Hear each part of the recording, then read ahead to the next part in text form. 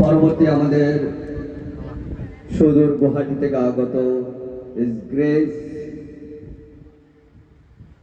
অমিতা বৃন্দাবন দাস প্রভুকে খোলা গামছা দিয়ে অভ্যর্থনা করবেন আমাদের খারোপেটার জ্যেষ্ঠ ভক্ত দীপ্তিমান দামোদর দাস।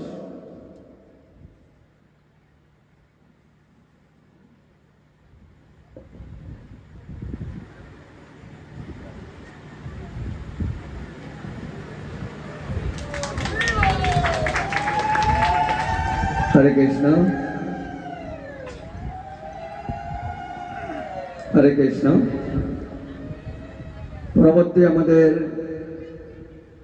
গুয়াহাটি থেকে আগত ইস গ্রেস গোকুল রাজানন্দন দাস প্রভুকে খোলা গামছা দিয়ে অভ্যর্থনা করবেন আমাদের খারোপেটিয়ার জ্যেষ্ঠ ভক্ত ভক্তি বিবেক দাস প্রভু।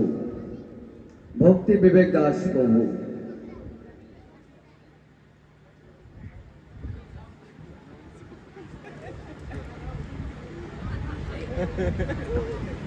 হরে কৃষ্ণ।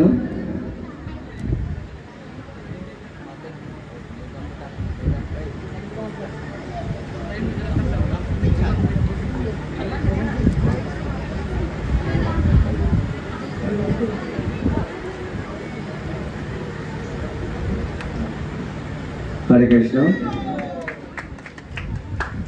পরবর্তী আমাদের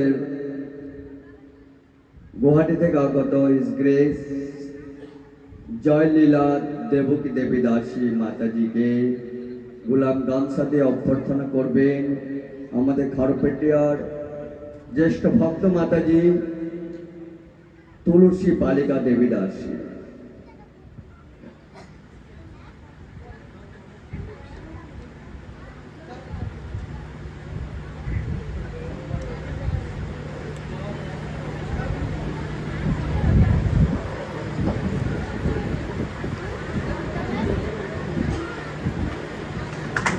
হরে কৃষ্ণ। আমি আমাদের খারোপেটিয়ার পৌরসভার একজন অফিসারকে অনুরোধ জানাচ্ছি উনি মঞ্চে এসে ওনার আসন গ্রহণ করার জন্য।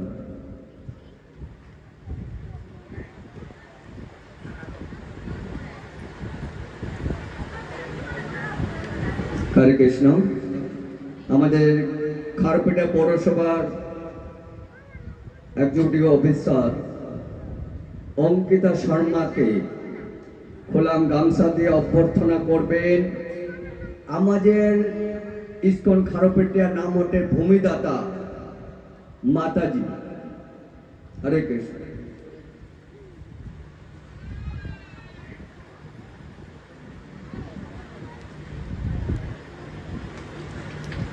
হরি হরি বল।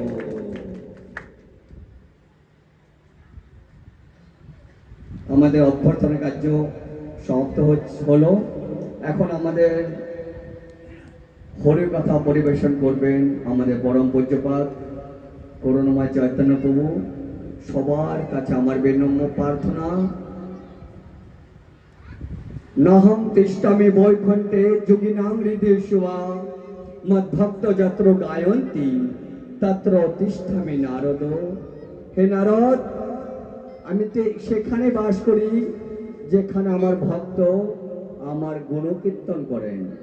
এর জন্য ভগবান এখানে বাস করবেন ভগবানের কথার মাধ্যমে। এই যে সবার কাছে বারংবার আমি প্রার্থনা জানাচ্ছি যেন প্রভুর হরি কথা আমরা মনোযোগ সহকারে শ্রবণ করতে পারি। হরে কৃষ্ণ।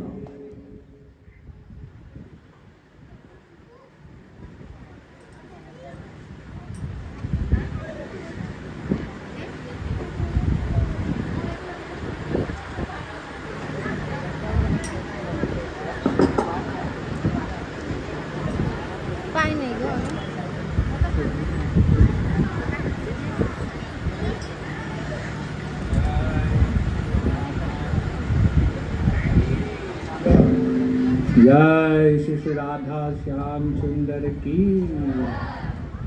जगन्नाथ बलदेव सुभद्रा महारानी की, श्रील प्रभुपाद की।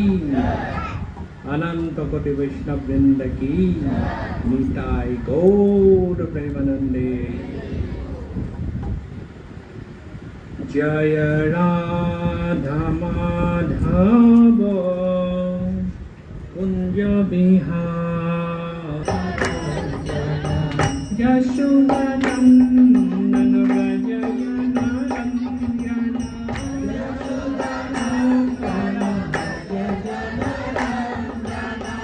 यशोदानंदन व्रज जनरंजना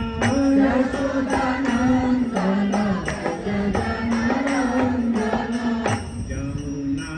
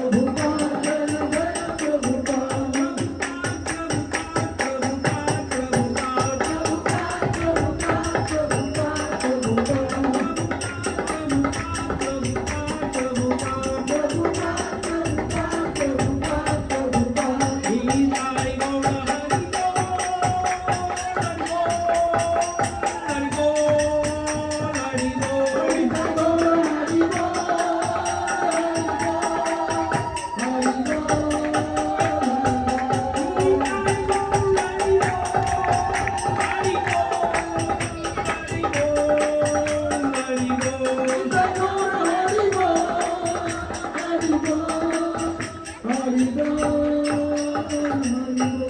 जय कृष्ण राधा श्याम सुंदर की जय अनंत कोटि वैष्णव वृंद की जय गीताय गौर प्रेमानंदे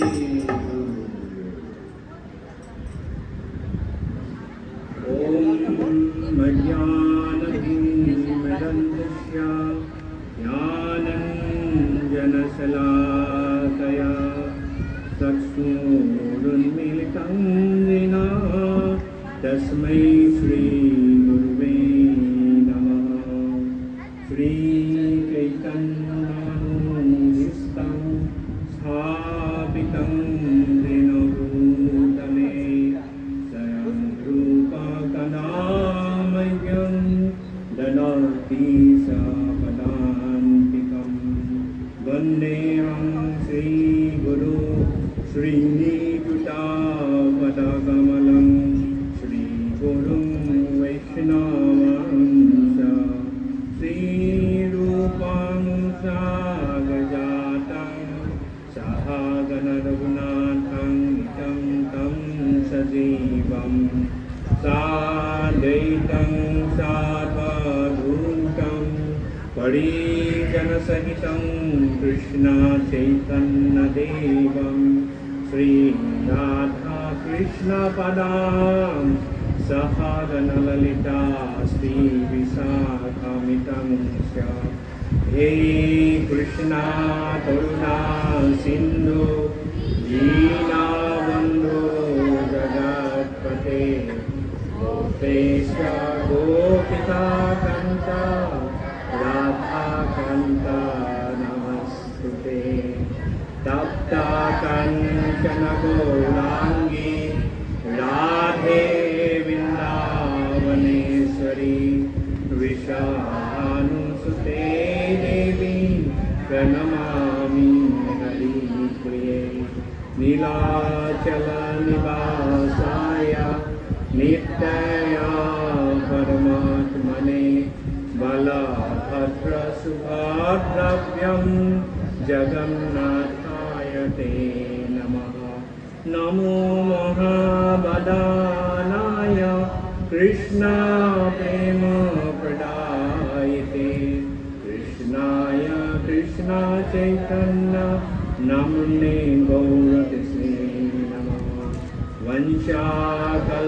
वंशाकल्पतरुवैश्च कृपा सिन्धुभैव च पतितानां पावनेभ्यो वैष्णवेभ्यो नमो नमः जय श्री कृष्ण चैतन्य प्रभु नित्यानंद श्री अद्वैत गदाधर श्रीवासादि गौर भक्तवृंद हरे कृष्णा कृष्णा कृष्णा हरे हरे हरे राम राम राम हरे हरे हरे कृष्णा कृष्णा कृष्णा हरे हरे हरे राम राम राम हरे हरे हरे कृष्णा कृष्णा कृष्णा हरे हरे हरे राम राम राम हरे हरे ओम नमो भगवते वासुदेवाय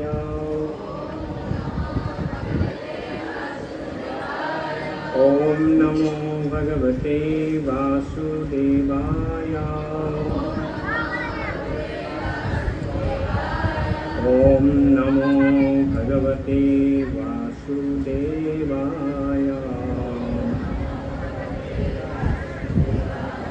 नारायणं नमस्कृत्य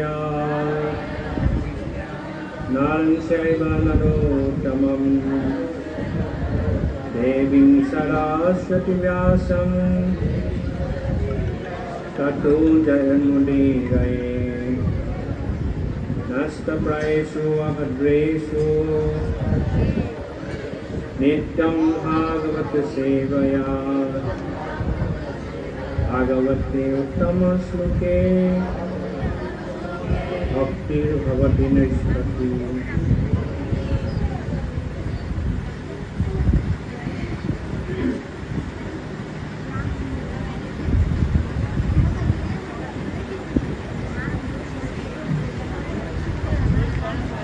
हरे कृष्णा। আজি এটা সাংঘাতিক এটা শুভ দিন। আজি কিয় শুভ দিন? আজি শুভ দিন কিয়? শ্ৰীমতী ৰাধিকাৰ আজি কি আবিৰ্ভাৱ তিথি। তো শ্ৰীমদ্ ভাগবতত শ্ৰীমতী ৰাধাৰানীৰ বিষয়ে ৰাধাৰানীৰ নামটো ডাইৰেক্টলি সুখদেৱ গোস্বামী লোৱাৰ পৰা বিৰত আছে বা লোৱা নাই। খালি এটা শ্লোকত সুখদেৱ গোস্বামীয়ে এটা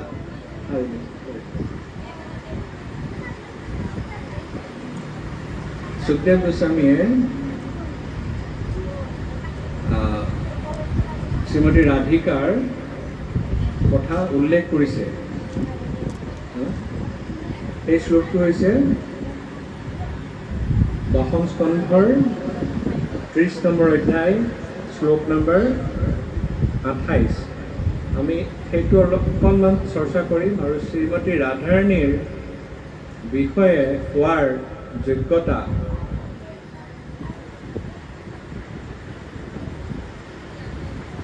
সম্পূৰ্ণ নাই বুলি আগতে স্বীকাৰ কৰি লৈছোঁ, একেবাৰে নাই। শ্ৰীমতী ৰাধাৰাণীৰ কথা বুজিবলৈ যুগ যুগান্তৰৰ পৰা ঋষি মুনিসকলে ভক্তসকলে চেষ্টা কৰি আছে।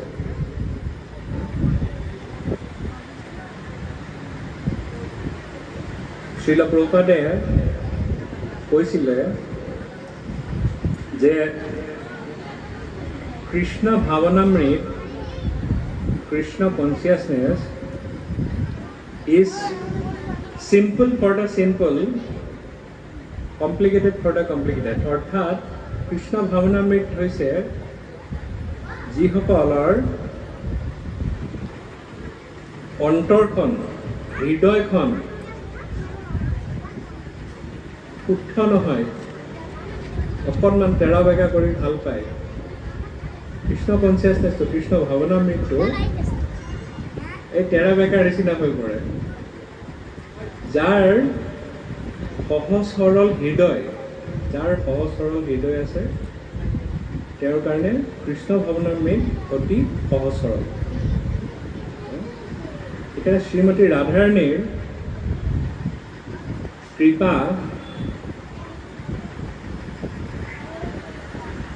অতীত কালৰ পৰা বহুতে লাভ কৰি আহিছে, বহুত ভক্তই বৰ্তমানেও লাভ কৰি আছে, ভৱিষ্যতেও লাভ কৰি থাকিব। তাৰ কাৰণে কিহৰ প্ৰয়োজন আছে? আমাৰ এখন শুদ্ধ হৃদয়ৰ প্ৰয়োজন আছে। শুদ্ধ হৃদয় যদি হয়, তেন্তে আমি শ্ৰীমতী ৰাধাৰাণীৰ কৃপা লাভ কৰিব পাৰোঁ। শুদ্ধ হৃদয় এখনৰ প্ৰতি ভগৱান আকৃষ্ট হয়, ৰাধাৰাণী আকৃষ্ট হয়। আৰু বহুত জীৱ এই হাৰ্টখন, হৃদয়খন শুদ্ধিকৰণ কৰোঁতে কৰোঁতে বহুত জন্ম গুচি যায়। সেইকাৰণে এই শ্লোকটো এবাৰ আমি মই পঢ়ি দিছোঁ এবাৰ।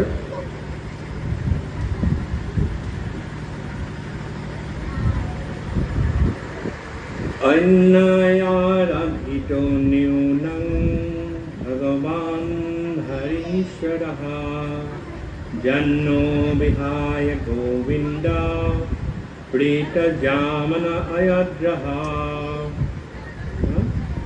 अनया आराधित नूनम भगवान हरि ईश्वरम जत्न विहाय गोविंद प्रीता जाम अनायत रहा यार अनुवाद কৰিছে এই বিশেষ গোপী নিশ্চয় যথাৰ্থভাৱে সর্বশক্তিমান ভগবান গোবিন্দের আরাধনা করেছিলেন তাই তার প্রতি অত্যন্ত প্রীত হয়ে তিনি অবশিষ্ট আমাদের পরিত্যাগ করে তাকে নির্জন স্থানে নিয়ে গিয়েছেন তাৎপর্য অলপ পঢ়িম বহুত দীঘল শ্রীল বিশ্বনাথ চক্রবর্তী ঠাকুর বর্ণনা করেছেন যে আরাধিত শব্দটি শ্রীমতী রাধারানীর সম্পর্কে উল্লেখ করা হয়েছে তিনি ভাষ্য প্রদান করেছেন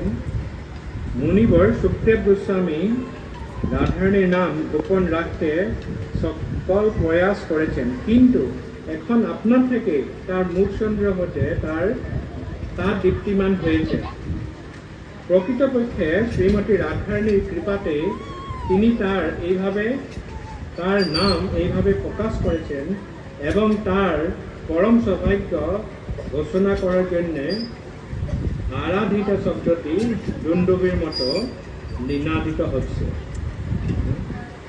কি বুলি বলে বিশ্বনাথ চক্রবর্তী বাদে কৈছে যে সুখদেব গোস্বামীয়ে বহুত চেষ্টা কৰিলে যে ভাগৱতৰ পৰা শ্ৰীমতী ৰাধাৰাণীৰ নামটো আঁতৰত ৰাখিব লাগে কাৰণটো কি কাৰণে সেইটো বিশ্বনাথ চক্ৰবৰ্তীৰ বাদে ইয়াত টিকাত কৈছে যে হলেও শ্ৰীমতী ৰাধাৰানীৰ কৃপা তাৰ কৃপায় শ্ৰীমতী ৰাধাৰানীৰ কৃপা সুখদেব গোস্বামী এই শ্লোকটোত উল্লেখ কৰিবলৈ বাধ্য হৈ গ'ল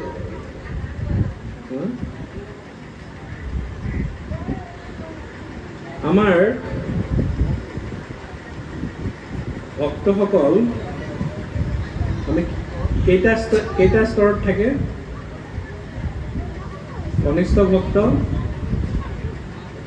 মধ্যম ভক্ত উত্তম ভক্ত যিসকল উত্তম ভক্ত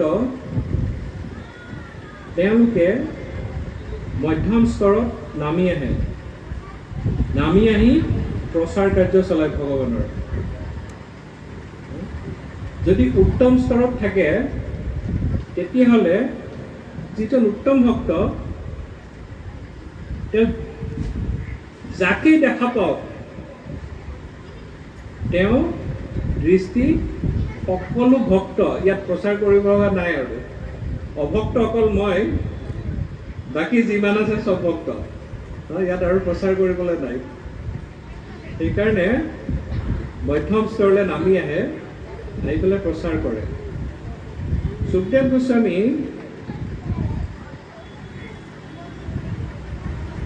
আচলতে সুখদেব গোস্বামী হৈছে গোলক বৃন্দাবনৰ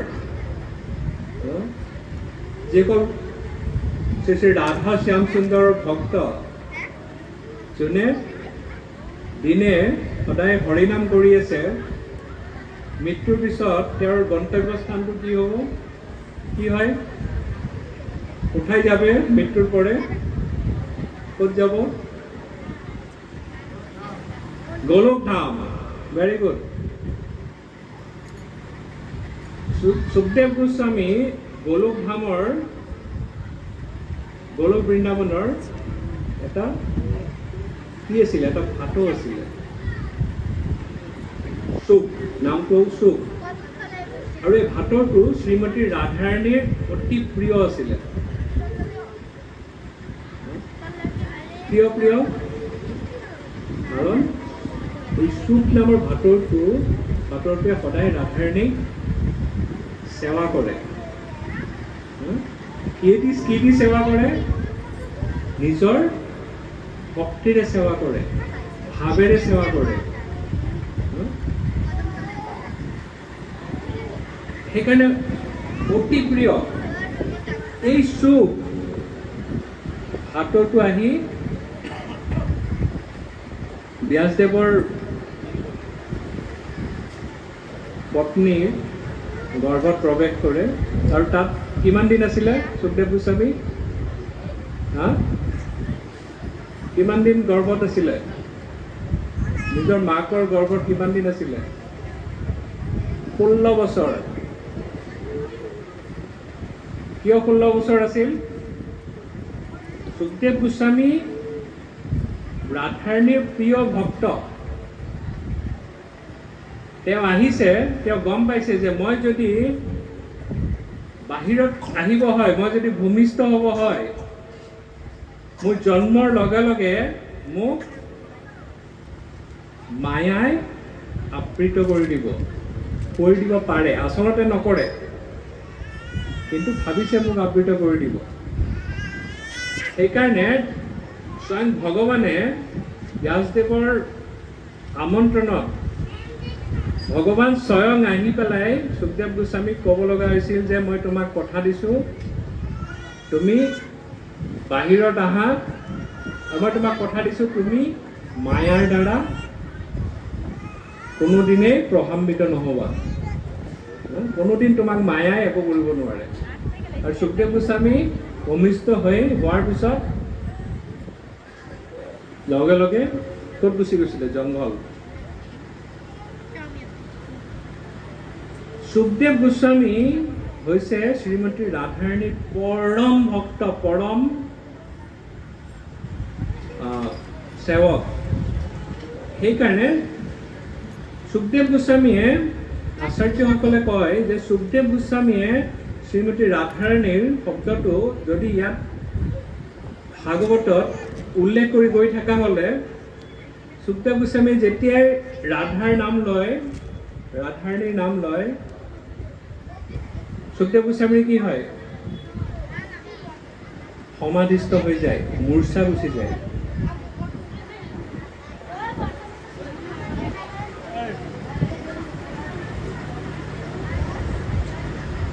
সুখদেৱ গোস্বামীৰ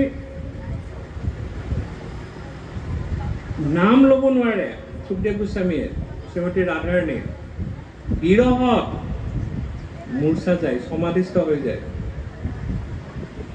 সেইকাৰণে ভাগৱত পৰীক্ষিত মহাৰাজক ক'ব নোৱাৰিলে হয়। সেইকাৰণে ইয়াত ডাইৰেক্টলি লোৱা নাই, ইনডাইৰেক্টলি ৰাধাৰাণীৰ নাম সুখদেৱ গোস্বামীয়ে উল্লেখ কৰিছে। শ্ৰীমতী ৰাধাৰাণী হৈছে ভগৱানৰ শক্তি কেইটা আছে? অন্তৰংগা শক্তি, বহিৰংগা শক্তি আৰু তটস্থা শক্তি। অন্তৰংগাৰ শক্তিৰ ভিতৰত চান্দিনী শক্তি, সম্বিত শক্তি আৰু এটা কি? হালাদিনী শক্তি। হালাদিনী। এই হালাদিনী শক্তিৰ পাৰ্চনিফিকেশ্যন হৈছে শ্ৰীমতী ৰাধাৰাণী। ভগৱানে যি আনন্দ পায়, সেই আনন্দ শ্ৰীমতী ৰাধাৰাণীৰ পৰা আহে। ভক্তসকলে আজি ৰাধাষ্টমী ইয়াত সকলোৱে পালন কৰিছে।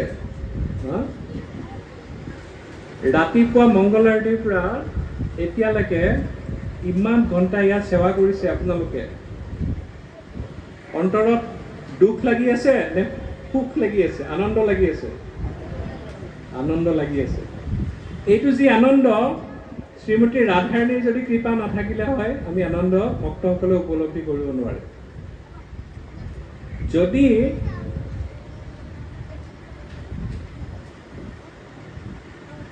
শ্ৰীমতী ৰাধাৰাণীৰ কৃপা আমি নাপাওঁ, ভক্তি জীৱনত আমি যেতিয়া আহোঁ, প্ৰভুপাদে কি কৈছে? ইস্কন হৈছে এখন হস্পিটেল। কিছুমান বহুত চিৰিয়াছ পেচেণ্ট আছে, ভেণ্টিলেশ্যনত আছে, কিছুমান ICUত আছে, কিছুমান ছেমি ICUত আছে, কিছুমান কেবিনত আছে, কিছুমান জেনেৰেল ৱাৰ্ডত আছে, আৰু কিছুমান আহিছে OPDত দেখাইছে, ডক্টৰক দেখাইছে, বাহিৰৰ পৰা গুচি গৈছে। ইস্কনত প্ৰভুপাদে কৈছে যিসকল আহিলেই যে আমি যিটো দিব্য আনন্দ যে আমি অনুভৱ কৰিম তেনেকুৱা নহয়, সেইটো সময় লাগে। আমাৰ যি জড় কলুষতাবিলাক আছে সেইবিলাক হৃদয়ৰ পৰা যাব লাগিব। জড় কলুষতাক যিমান আমি বিদায় দিম, আমি চিন্ময় আনন্দক আমি আহ্বান কৰি আনিম আমাৰ হৃদয়ত। আমি যিমান সেৱা কৰোঁ, প্ৰত্যেকটো সেৱাত এটা এটা দিব্য ৰস আস্বাদন কৰিব পৰা যায়। কিন্তু এই যিটো ৰস আস্বাদন কৰে এইটো আহে শ্ৰীমতী ৰাধাৰাণীৰ পৰা। মহাপ্ৰভু, আমি জানো মহাপ্ৰভু হৃদয়খন কাৰলৈ আহিছে? শ্ৰীমতী ৰাধাৰাণীৰ। কান্তি শ্ৰীমতী ৰাধাৰাণীৰ। প্ৰভুপাদক আমি গৌৰাংগ বুলি কওঁ। প্ৰভুপাদক বিদেশী ভক্তসকলে এবাৰ সুধিছে, প্ৰভুপাদ, মহাপ্ৰভুৰ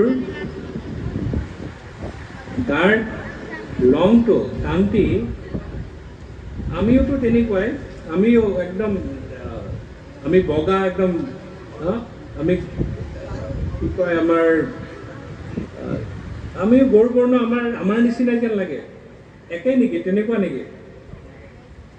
প্ৰভুপাদে লগে লগে উত্তৰ দিছে, তোমালোকৰ যি গাৰ বৰণ আছে, ৰং আছে, প্ৰভুপাদে কৈছে সেইটো কুষ্ঠ ৰোগীৰ ৰং। মহাপ্ৰভুৰ সেইটো নহয়, মহাপ্ৰভুৰ সম্পূৰ্ণ কি হৈছে, ইংলিছত কয় মোলটেন গোল্ড। সোণক যেতিয়া ইয়াত সোণৰ কোনোবা কৰা আছে নেকি কোনোবা ইয়াত? সোণক যেতিয়া জুই লগাই গৰম কৰা হয়, ই আৰু কি হয়, আৰু ব্ৰাইট হৈ যায়, উজ্জ্বল হৈ যায়। মহাপ্ৰভুৰ গাৰ বৰণটো তেনেকুৱা। শ্ৰীমতী ৰাধাৰাণীৰ ভাৱত অংগকান্তি লৈ পেলাই আহিছে। মহাপ্ৰভুৱে যিখিনি কৈছে, মহাপ্ৰভুৱে আমি শিক্ষাষ্টকম মংগল আৰতিৰ পিছত গোৱা হয়, শিক্ষাষ্টকম মহাপ্ৰভুৱে কাৰ ভাৱত কৈ আছে, কাৰ ভাৱত লিখিছে এইটো? শ্ৰীমতী ৰাধাৰাণীৰ ভাৱত। মহাপ্ৰভুৱে কৈছে, মহাপ্ৰভুৱে লিখিছে, কিন্তু ভাৱটো হৈছে শ্ৰীমতী ৰাধাৰাণীৰ। লাষ্টৰটো কি আছে শ্লোকটো? আশ্লিষ্য পাদাৰতম বিনস্তু মামদৰ্শনাৎ মৰ্মাহতম কাৰোতি বা যথাতথ কি বিদধাতু লম্পতো মত প্ৰাণস্নাথস্তু স্বয়ং ন পৰঃ।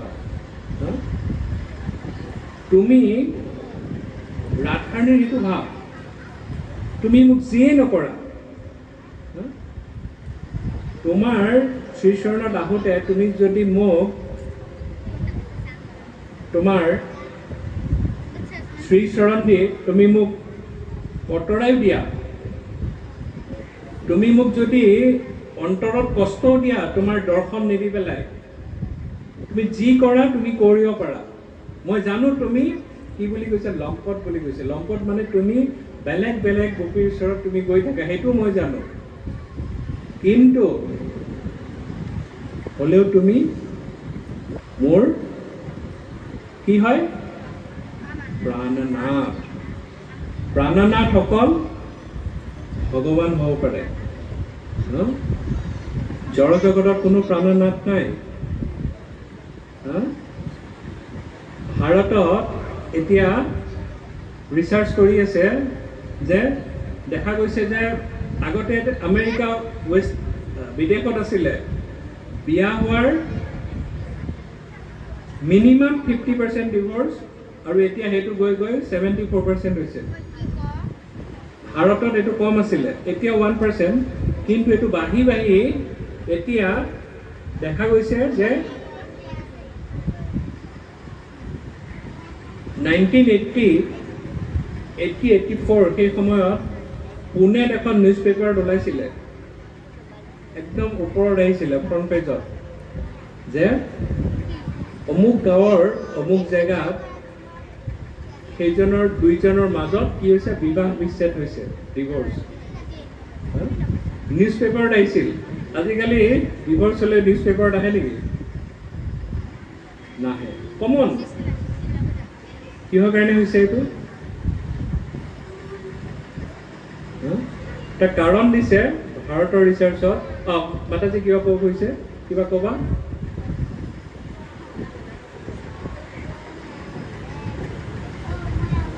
বিবাহ বিচ্ছেদ হোৱাৰ মূল কাৰণ হৈছে কমিটমেণ্টৰ অভাৱ ভাগৱতত ভৱিষ্যতবাণী কৰা আছে কলিযুগত কিহৰ কাৰণে বিবাহ বিচ্ছেদ হ'ব আৰু সেইটো হৈ আছে কিন্তু তাক সেইকাৰণে প্ৰহ্লাদ মহাৰাজে নৃসিংহদেৱক কৈছে নৃসিংহদেৱে যেতিয়া কৈছে যে তোমাক কি লাগে তুমি কোৱা মই দিবলৈ প্ৰস্তুত এতিয়া নৃসিংহদেৱে কৈছে নৃসিংহদেৱ মই তোমাৰ পৰা যদি কিবা বিচাৰোঁ মই তোমাৰ প্ৰেমিক হৈ থাকিব নোৱাৰিম মই প্ৰেমিকৰ জেগাত কি হৈ যাম বণিক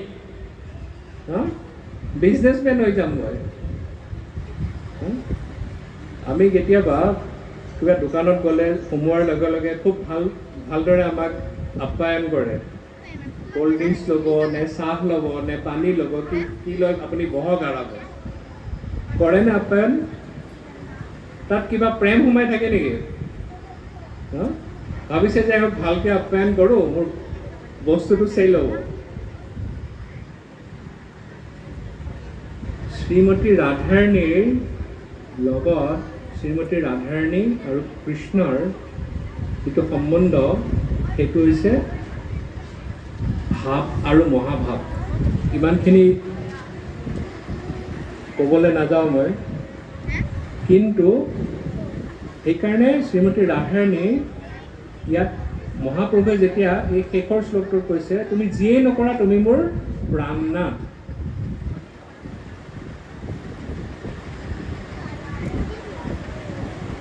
যোনে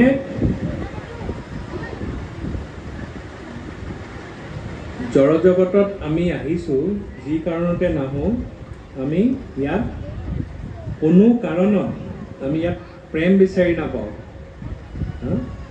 আমাক বুজোতে হয়তো অলপ সময় লাগিব কিন্তু ইয়াত প্ৰেমৰ জেগাত কি আছে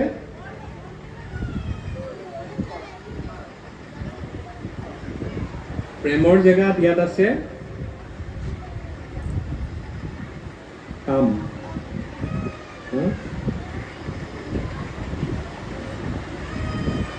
আত্মন্দ্ৰিয়ৰ প্ৰীতিবাঞ্ছা মোৰ নিজৰ ইন্দ্ৰিয়ৰ তৃপ্তিৰ কাৰণে যিবিলাক কৰি আছোঁ এইবিলাক চব কাম আৰু ভগৱানৰ প্ৰীতিবাঞ্ছাৰ কাৰণে আমি যেতিয়া কৰোঁ সেইটো কি ভক্তি প্ৰেম নহ'লে ইস্কন কিহৰ কাৰণে ছাকচেছফুল হৈছে ইমান বিশ্বব্যাপী প্ৰচাৰ হৈছে প্ৰধান কাৰণ হৈছে যে ইয়াত যিসকল ইয়াং জেনেৰেশ্যন ইউথ যুৱ সমাজ তেওঁলোকক ইস্কনে প্ৰভুপাদে আকৃষ্ট কৰিবলৈ সক্ষম হৈছে প্ৰভুপাদে আকৃষ্ট কৰিছে এতিয়া কথাটো হৈছে যে শ্ৰীমতী ৰাধাৰাণী আজি জন্মদিন অকণমান গ্লৰিফিকেশ্যন কৰিব চেষ্টা কৰি আছোঁ শ্ৰীমতী ৰাধাৰাণী গোলক বৃন্দাবনত থাকে আৰু তেওঁ বৃন্দাবনত থাকে, সকলোৱে জানে। গোলক বৃন্দাবন আৰু সৌম বৃন্দাবন, মথুৰা বৃন্দাবনত থাকে। আৰু ক'তো নাই নেকি? আৰু ক'তো নাই? শ্ৰীমতী ৰাধাৰাণী সকলো ভক্তৰ ওচৰত বিৰাজমান থাকে। শ্ৰীমতী ৰাধাৰাণীৰ কৃপাৰ অবিহনে আমি একো কৰিব নোৱাৰোঁ। মই এটা উদাহৰণ দিওঁ। শ্ৰীমতী ৰাধাৰাণীয়ে, আৰম্ভণিত মই কৈছোঁ যে শ্ৰীমতী ৰাধাৰাণীয়ে আগতে বহুত কৃপা কৰি আছিল ভক্তসকলক, বৰ্তমান কৃপা কৰি আছে, ভৱিষ্যতেও কৃপা কৰিব। বহুতৰ মনত ভাৱ হ'ব পাৰে, কি ধৰণে কৃপা কৰিছে, কাক কৃপা কৰিলে?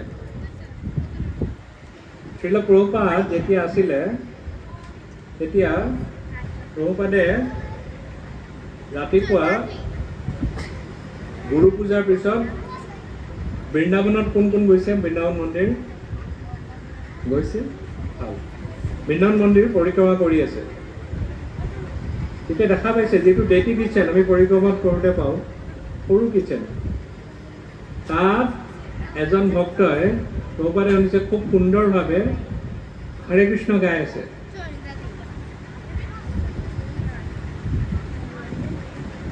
প্ৰভুপাদক কেইজনমান ভক্তই, বেদেশী ভক্তই প্ৰভুপাদক পিছত যেতিয়া পৰিক্ৰমা হৈ গ'ল, পিছত কৈছে, প্ৰভুপাদ, এটা কথা আপোনাক ক'ব বিচাৰি আছিলোঁ।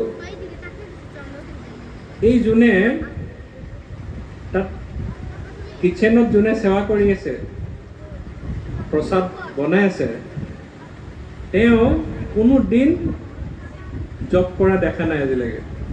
ষোল্লমালা জপ নকৰে, তেওঁ জপ কৰা আজিলৈকে দেখা নাই। প্ৰভুপাদে কৈছেতো তেওঁ খুব সুন্দৰকৈ কীৰ্তন কৰি আছিলে। তেতিয়া প্ৰভুপাদে ক'লে, তেওঁৰ কাৰণে যদি 16 মালা নকৰেও কোনো অসুবিধা নাই। যোনে 24 ৰাতি 2টা বজাৰ পৰা সেৱা কৰে, ৰাতি কেইটালৈকে? 10টালৈকে।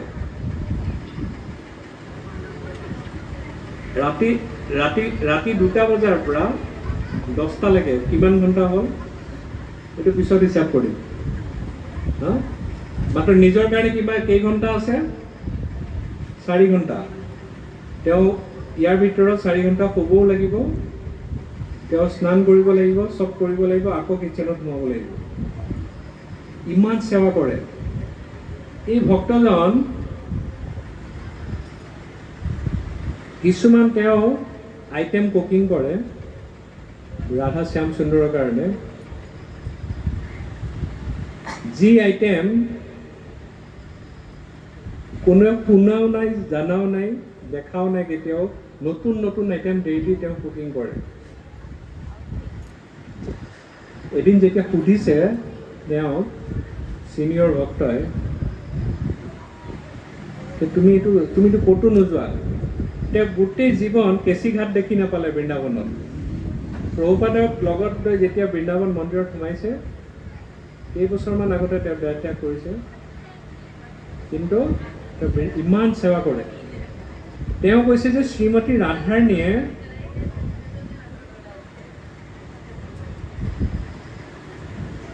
তেওঁ কি কৰে? ইউটিউব চাব নালাগে, ৰেচিপি।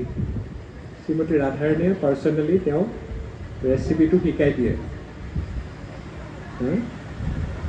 আমি যিমান কুকিং কৰোঁ, মাতাজীসকলে যিমান কষ্ট কৰি কুকিং সেৱা কৰে, যিখিনি অৱশিষ্ট, যদি আমি কৰিলোঁ যে 20টা আইটেম বনাইছোঁ, যেতিয়ালৈকে 56 আইটেম নহয়, পৰমেশ্বৰ ভগৱানে গ্ৰহণ নকৰে। এই যিটো বেলেঞ্চ থাকিলে, 20টা যদি আইটেম বনাইছোঁ, কিমান বেলেঞ্চ থাকিলে? 56 আইটেম হ'লে 36। 36 আইটেম কোনে কুকিং কৰি দিব? শ্ৰীমতী ৰাধাৰাণী।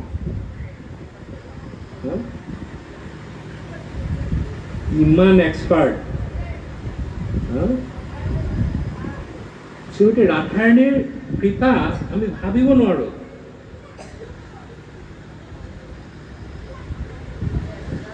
প্ৰভুপাদক এবাৰ সুধিলে যে প্ৰভুপাদ আমি জন্মাষ্টমী ৰাতি 12টালৈকে ফাষ্টিং কৰোঁ আৰু ৰাধাষ্টমী আমি দুপৰীয়া ফাষ্টিং কৰি ব্ৰেক কৰি দিওঁ, কাৰণ কি? প্ৰভুপাদে চিম্পলি কৈছে যে শ্ৰীমতী ৰাধাৰাণী বহুত বেছি কৃপালু, বহুত বেছি কৃপালু। এজন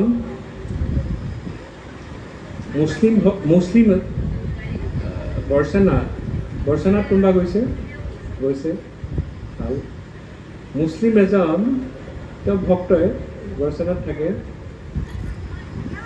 তেওঁ একো কাম নকৰে, ৰাতিপুৱাই যায় বৰ্ষনা মন্দিৰত যাব। তেওঁ চাৰংগী বজাই যে চাৰংগী এনেকুৱাকে যেতিয়া কীৰ্তন ভজন হয় ৰাধাৰাণীৰ, তেওঁ চাৰংগী বজাই তেওঁ। আৰু তেওঁ এজনী বাচ্চা ছোৱালী এজনী আছিলে, তাইৰ নামটো কি আছিলে? তাইৰ নামো ৰাধা আছিলে। তেওঁৰ সদায় সেৱাটো হৈছে মন্দিৰত যাব বৰ্ষানাত গৈ যি কীৰ্তন ভজন হ'ব তাত তেওঁ চাৰংগ বজায়, আৰু তেওঁৰ ছোৱালীজনীয়ে সৰু ছোৱালী তাই ৰাধাৰাণীৰ আগত নাচে সদায়। যেতিয়া ছোৱালীজনী ডাঙৰ হৈ গ'ল তেতিয়া তাত মন্দিৰৰ গোস্বামী যোন সেৱক আছিলে তেওঁলোকে কৈছে যে তেওঁৰ নাম আছিল গোলাপ। কৈছে যে গোলাপ বাবা, তোমাৰ ছোৱালী এতিয়া ডাঙৰ হৈ গৈছে, তুমি কোনোবা ভাল ল'ৰা চাই তুমি বিয়া দি দিয়া। কৈছে যে মোৰতো একোৱেই নাই, মই শ্ৰীমতী ৰাধাৰাণীক ক'ব লাগিব, লালিক মই ক'ব লাগিব। কৈছে তুমি এইবিলাক চিন্তা কৰিব নালাগে, চব আমি পইচা গোটাম, আমি বিয়া দিম, তুমি খালি ল'ৰাটো চোৱা। সেইমতে বিয়া হৈ গুচি গ'ল ছোৱালীজনী। যেতিয়া বিয়া হৈ গুচি গ'ল, তেওঁ 3 দিন 3 ৰাতি তেওঁৰ ছোৱালীজনীৰ প্ৰতি ইমান আসক্তি আছিলে, এটাচমেণ্ট আছিলে, নামো ৰাখিছিল ৰাধা। তেওঁ গৈ পেলাই ৰাধাৰাণী মন্দিৰতে ৰাতি সদায় থাকে। 3 দিন 3 ৰাতি তেওঁ খোৱা নাই, দুখত কান্দি আছে। তেতিয়া ৰাতি 12টামান বজাৰ পিছত তেওঁ দেখা পাইছে যে তেওঁৰ ছোৱালীজনী আহিছে, আহি পেলাই আগতে তেওঁ যেনেকৈ কৈছে যে বাবা তুমি বজোৱা, মই আহি গ'লোঁ, মই নাচিম এতিয়া। ৰাতি 12টাত তেওঁ বজাইছে, ছোৱালীজনী নাচি আছে, গম নাপায় তেওঁ। গোস্বামী চবেই, মন্দিৰটো বন্ধ হৈছে তেতিয়া। তাৰপিছত ছোৱালীজনী নাইকিয়া হৈ গ'ল। নাইকিয়া হোৱাৰ পিছত তেওঁ আৰু দুখ পালে, তেনেকে শুই থাকিলে। তাৰপিছত গোলাপ বাবা কোনো দেখা নাই, 1 মাহ তেওঁ কাকো দেখা নাই। তাৰপিছত যিমান বৃন্দাবন ব্ৰজবাসী আছিল তেওঁলোকে ভাবিলে যে এইজন নিশ্চয় তেওঁ মনৰ দুখত, ছোৱালীৰ দুখত তেওঁ ক'ৰবাত গুচি গ'ল বা কিবা হ'ল, মৃত্যু হ'ল। এদিন ৰাতি গোস্বামীয়ে মন্দিৰত শয়ন দি পেলাই মন্দিৰ বন্ধ কৰি ওলাই আহিছে। ওলাই আহোঁতে এইফালৰ পৰা দেখা পাইছে যে গোলাপ বাবা আহিছে। গোলাপ বাবা আহি কৈছে যে মইতো সদায় আছোঁ ইয়াতে। কৈছে তুমিতো নাইকিয়া হৈ গ'লা, আমি বিচাৰিছোঁ, তোমাৰ মৃত্যু হ'ল বুলি আমি ভাবিছোঁ। কৈছে নাই, মৃত্যু হোৱা নাই, মই সদায় এতিয়াও সাৰংগী বজাই আছোঁ। আৰু মই ক'ত প্ৰৱেশ কৰিলোঁ বুলি ক'লে, শ্ৰীমতী ৰাধাৰাণীৰ গোপীসকলৰ লগত যিটো থাকে তাত মই প্ৰৱেশ কৰি তেওঁৰ শ্ৰীমতী ৰাধাৰাণীৰ সেৱাত গ'লোঁ মই। না তেওঁ দীক্ষা লৈছিল, না কিবা লৈছিল, একো নাই, অকল ভাৱৰ। ভগৱানক আমি একোটি সন্তুষ্ট কৰিব নোৱাৰোঁ, টকা পইচা এইবিলাক একোটি সন্তুষ্ট কৰিব নোৱাৰোঁ। ভগৱান সদায় আমাৰ ওচৰত শৰণাগত হৈ থাকে। তাৰ ওচৰত যোনে নিজৰ হৃদয়খন ভগৱানক দিব পাৰিছে। হা? যোনে হৃদয়খন দিছে ভগৱান সদায় তেওঁৰ ওচৰত কি হৈ থাকে? ঋণী হৈ থাকে। নিজে কৈছে মই ঋণী হৈ থাকো। আৰু কোনে হৃদয়খন দিব পাৰিব? আমি জানো যেতিয়া পৰমেশ্বৰ ভগৱান যেতিয়া এই গোলাপ সভা, এই গোলাপ বাবাৰ কথাটো শেষ কৰি লওঁ, তাৰপিছত এইখিনি কথা কৈ তেওঁ তাতে ৰাধাৰাণী মন্দিৰত ৰাতি শয়নত সদায় তামোল দিয়া হয় ভগৱানক, ধুনীয়াকৈ পাণ বনোৱা হয়। সেই পাণটো গোলাপ চকীয়ে গোস্বামীক দিছে যে এইটো তুমি লোৱা, এইটো ৰাধাৰাণীৰ পাণ বুলি কৈছে। তাৰপিছত তেওঁ নাই। গোস্বামী দেখিছে যে মই এইমাত্ৰ অলপ আগতে মই ভগৱানক অফাৰ কৰি আহিছোঁ। তাৰপিছত গম পালে যে তেওঁ শ্ৰীমতী ৰাধাৰাণীৰ নিত্য সেৱাত প্ৰৱেশ কৰিলে। এতিয়াও বাৰ্চানাত আপোনালোকে দেখিব যে গোলাপ চকী বুলি এখন ডাঙৰ এটা মঞ্চ তাত বনাই দিছে। গোলাপ চকীৰ নাম এতিয়াও লিখি থোৱা আছে। শ্ৰীমতী ৰাধাৰাণী অতি কৃপালৰ। কোনে দীক্ষা লৈছে, কোন যোগ্য কোন অযোগ্য সেইটো নহয়। যদি শুদ্ধ ভাৱেৰে কৰিছে তেওঁ ৰাধাৰাণী লগে লগে গ্ৰহণ কৰে। আমি এতিয়া কাৰ্তিক মাহ আহি আছে, আমি গোপীগীত গাম। জয়তি দেৱীকম জন্ম নাম ৰব। এই যেতিয়া গোপীগীত কি কেনেকুৱা সময়ত গাইছিলে গোপীসকলে? কেতিয়া গাইছিলে? যেতিয়া পৰমেশ্বৰ ভগৱান কুঞ্জত ৰাসৰ মাজত পৰমেশ্বৰ ভগৱান অন্তৰ্ধান হৈ গ'ল, নাইকিয়া হৈ গ'ল, আৰু দূৰত গৈ শুনি আছে গোপীসকলে কি কয়, মোৰ কথা কি কয়, ৰাধাৰাণী কি কৰে, মই নাথাকিলে কি কৰে। এইটো হৈছে তেতিয়া সেই সময়ত ভগৱানৰ বিৰহত গোপীসকলে এই গোপীগীতটো গাইছিলে। গোপীগীতৰ ওপৰত যিটো কমেণ্টেৰী টীকা দিবগৈ হৰিশ্বৰী প্ৰভুজীয়ে তেখেতে লিখিছে যে যোনে ভগৱানৰ কাৰণে কান্দিব পাৰিছে, ক্ৰন্দন কৰিব পাৰিছে, অশ্ৰু বোৱাব পাৰিছে, প্ৰেমাশ্ৰু বোৱাব পাৰিছে, তেওঁৰ ওচৰত ভগৱান আহে। তেওঁ ভগৱানক নিজৰ বশ কৰি ৰাখিব পাৰে। ভগৱান ঋণী হৈ থাকে। গৌৰ গোবিন্দ স্বামী মহাৰাজে যিমান ক্লাছ দিয়ে আগতে ভুৱনেশ্বৰৰ, তেওঁ কয় যে মই I have open a crying school. মই এখন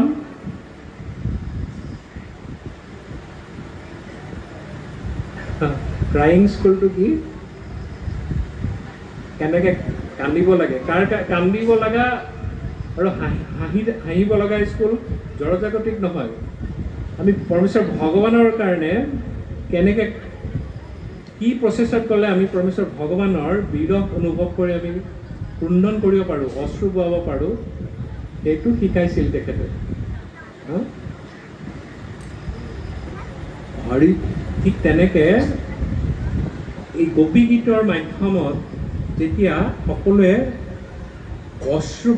প্ৰেমাশ্ৰুৰ অঞ্জলি দিলে ভগৱানক, ভগৱান আকৌ তাৰপিছত প্ৰকট হৈ যায়। এনেকুৱা বহুত লীলা আছে। প্ৰভু ক'ত গ'ল? আমাৰ উদাৰ দামোদৰ প্ৰভু আছেনে ইয়াত?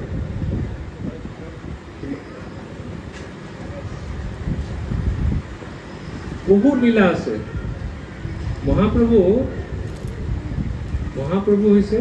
মহাপ্ৰভুৱে যেতিয়া ৰামানন্দ ৰায় কোন আছিলে? তেওঁ মাদ্ৰাজৰ গভৰ্ণৰ আছিলে। গভৰ্ণৰ হৈ মহাপ্ৰভুক যেতিয়া প্ৰথম লগ পাইছে, মহাপ্ৰভুৱে আলিংগন কৰিছে তেওঁক। প্ৰেমানন্দ ৰায়ৰ পৰা তেওঁ শ্ৰীমতী ৰাধাৰাণীৰ ভাৱৰ বিষয়ে তেওঁ শ্ৰৱণ কৰিছিল।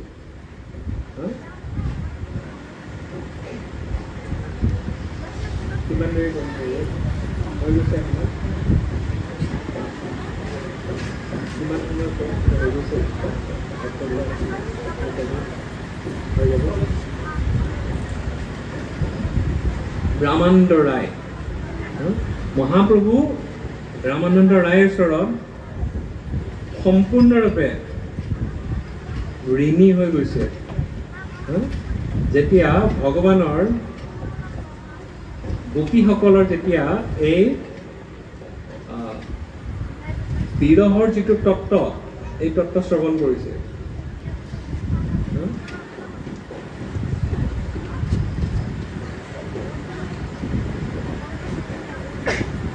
বিৰহ তত্ত্ব আমি এতিয়া ইয়াত আজি যিখিনি আলোচনা কৰিলোঁ ভগৱানৰ বিৰহ তত্ত্ব শ্ৰীমতী ৰাধাৰাণী ভগৱানৰ কাৰণে প্ৰেমাশ্ৰু ভগৱানৰ কাৰণে আমি সেৱা কৰা এই যিবিলাক আছে একো আমি ক'তো যাব নালাগে কাৰণ আমি সেইকাৰণে মহাপ্ৰভু হৈছে আমি কওঁ যে মহাবদানায় কিয় মহাবদানায় তেওঁ যিটো দেৱ দেৱতাসকলে নাপায় সেই প্ৰেমটো ভগৱানৰ প্ৰেমটো তেওঁ বিলাই দিছে চাৰিওফালে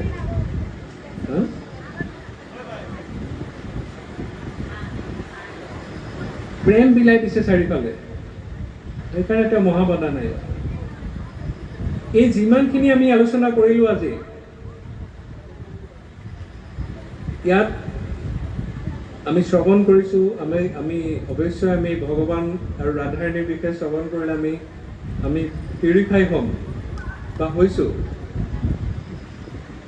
কিন্তু এই গোটেইখিনিৰ ভিতৰত প্ৰধান আমাৰ কৰ্তব্য হৈছে যিটো কৰ্তব্য আমি যদি পালন কৰোঁ আজি যিখিনি আলোচনা কৰিলোঁ সেইখিনি আমি হয়তো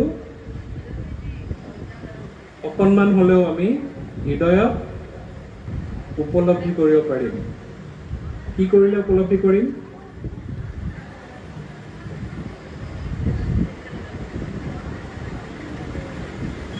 প্ৰভুপাদে কৈছিল যে আমি যেতিয়া হৰে কৃষ্ণ মহামন্ত্ৰ জপ কৰোঁ তেতিয়া কেনেকৈ কৰিব লাগে এটা বেবী এটা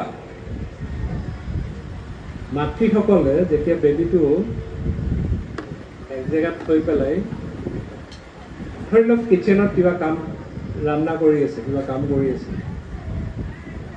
বেবীটোৱে এনেই খেলি আছে ঠিকে আছে মাতৃসকলে জানে যে বেবীটোৱে যেতিয়া খুব আকুলভাৱে যেতিয়া কান্দিব আৰম্ভ কৰে মাতৃসকলে কিটচেনত থাকিব নে বেবীৰ ওচৰত দৌৰিব মাতাজী বেবীৰ ওচৰত দৌৰিব ঠিক একেদৰে আমি পৰমেশ্বৰ ভগৱানৰ ওচৰত আমি যেতিয়া হৰিনাম লওঁ এটা বাচ্চাই যেনেকৈ ক্ৰন্দন কৰি অসহায় হৈ পেলাই ভগৱানৰ মাকক যেনেকৈ মাতে আমি ভগৱানৰ ঠিক সেইভাৱে আমি হৃদয়ৰ পৰা যদি হৰিনাম লওঁ হৰে কৃষ্ণ হৰে কৃষ্ণ কৃষ্ণ কৃষ্ণ হৰে হৰে হৰে ৰাম হৰে ৰাম ৰাম ৰাম হৰে হৰে অকল পৰমেশ্বৰ ভগৱানৰ চিন্ময় দিব্য নাম লৈ পেলাই আজি যিখিনি আলোচনা কৰা হৈছে সেইখিনি আমি হৃদয়ত স্থাপন কৰিব পাৰোঁ ইমান ইম্পৰ্টেণ্ট আমি হৰিনাম শুদ্ধভাৱে ভাৱপূৰ্ণভাৱে লোৱাটো আমি একো নপঢ়োঁ, আমি যদি একো নাজানো, শাস্ত্ৰ নাজানো, আমাৰ টকা পইচা নাই, শাস্ত্ৰ নাজানো, আমি একো নাজানো। হনুমানে এদিন ভাবি আছে যে আমিতো বান্দৰ, না আমাৰ টকা পইচা আছে, না আমাৰ শাস্ত্ৰ জ্ঞান আছে, না আমি দেখিব ধুনীয়া। বান্দৰবিলাক ধুনীয়া হয় নেকি? একদম বেয়া, দেখিবলৈ বেয়া। আমি দেখাতো ধুনীয়া নহয়, সৌন্দৰ্যতা নাই আমাৰ। আমাৰ একোৱেই নাই, আমাৰ পজিটিভ একো নাই। কিন্তু হ'লেও মোক শ্ৰী ৰামচন্দ্ৰই কৃপা কৰিছে। কিয় কৃপা কৰিছে? হনুমানৰ একো বাহ্যিকভাৱে একো নাই, কিন্তু আন্তৰিকভাৱে হনুমানৰ কি আছিলে? পৰম ভাৱ আছিলে ৰামচন্দ্ৰৰ প্ৰতি। সীতা দেৱীতকৈ বেছি ভাৱ আছিলে। পৰম ভক্ত। ভগৱানে অকল আমাৰ হৃদয়ৰ ভাৱটো চাই, বেলেগ একো নালাগে। আৰু এই ভাৱ উৎপত্তি আমাৰ তাত কেনেকৈ আহিব? ভক্ত সংগ আৰু সাধু সংগ আৰু হৰিনাম।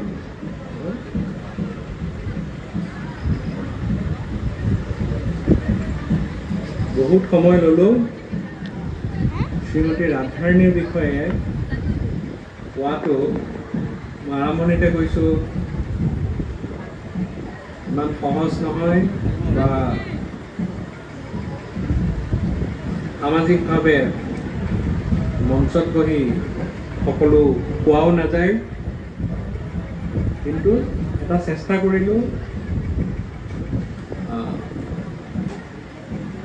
সাধুগুৰু বৈষ্ণৱৰ কৃপাত অকণমান চেষ্টা কৰিছোঁ যে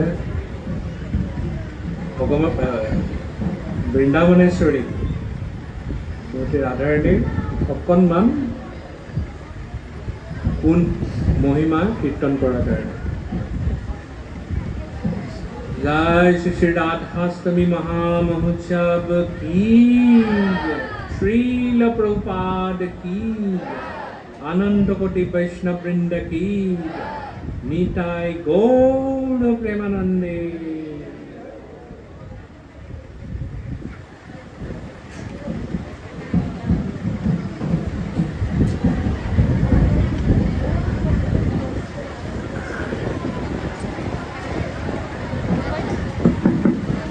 হরে কৃষ্ণ।